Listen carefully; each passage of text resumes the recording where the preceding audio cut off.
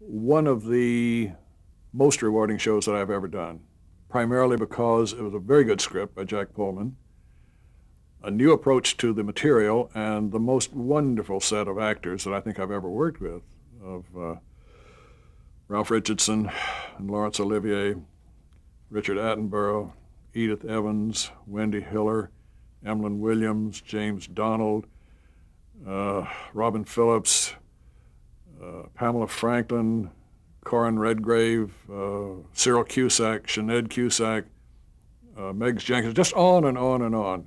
And they were literally all wonderful to work with. I found the British actors of that caliber and that time to be so well prepared, so skilled in what they were doing, and so giving to the director. It just blew my mind that they would all come in knowing what they wanted to do with the scene. We had discussed wardrobing and makeup, and we had read the scenes and all that. But when they came on the set, if I had a suggestion, they would listen to it. They wouldn't reject it. No temperament. Larry Olivier came on the set to do one day's work. And he walked on, and his first words, well, dear boy, what do you want me to do? I said, well, what do I want the best actor in the world to do? Thank you. And I literally suggested, with some fear and trembling, that about a third of his very short one scene in the picture be delivered while he was not on camera, that he was crouched down behind a podium up on a platform where little David, tiny little boy, came up a long, barren, empty room to the platform with the podium and a big window behind it, and nobody was there. And a voice came up, speaking harshly to him. Richard Attenborough was the peg-legged aide to the schoolmaster who would translate everything that Larry said, shouted at the boy. It was terrifying. And then suddenly in the middle of the scene, I wanted Larry to come up over the platform and peer down at the boy. He loved it.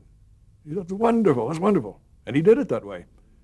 It was a marvelous experience. When we had another scene prepared in anticipation that we could get both Larry and Dickie Attenborough for another scene if they liked the way the first one had gone. The first one went very well. We sprung the second scene on them. They said yes, they would do it if they could find a day when they were both free. They found the day. We did a second scene in which Larry, as the schoolmaster with a whip cane over his shoulders, strolled down the aisle of boys eating supper, stood up at the front of the room, and summoned David Copperfield up to him. And as on the take, the little boy came up to it, and Larry could see he was going to miss his mark and spoil the shot.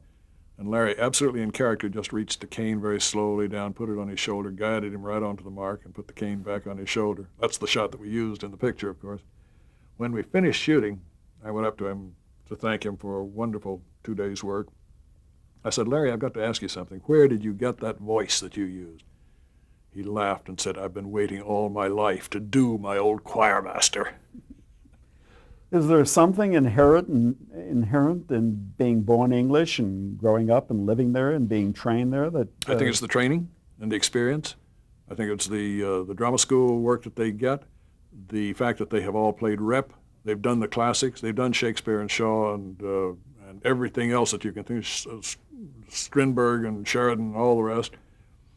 And they are theatrically secure. They are big names. They don't have to prove anything to anybody. They can just do it in a professional manner. That professionalism is the heart of it. I found that in some American actors, Frederick March and Henry Fonda, are actors of that very nature, so giving to the director. I don't direct them very much. You don't tell those people what to do. They're doing it already, far better than I could ever tell them to do. But it's a wonderful experience. The other thing that I found out when we did All Quiet, we cast in London and cast British young men, boys, as the group of soldiers around Richard Thomas.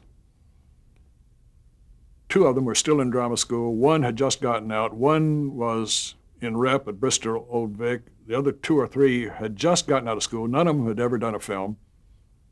When we sat down to read and got on the stage, or got on the set in Czechoslovakia, they, to my surprise, behaved exactly as their elders had done on David Copperfield. They came full of ideas as to what they wanted to do with the scene. They came thoroughly prepared, knew their words, and were so open to the director. Anything I would suggest, they'd try. We'd discuss it. If it didn't work, we'd try something else. It was happy making.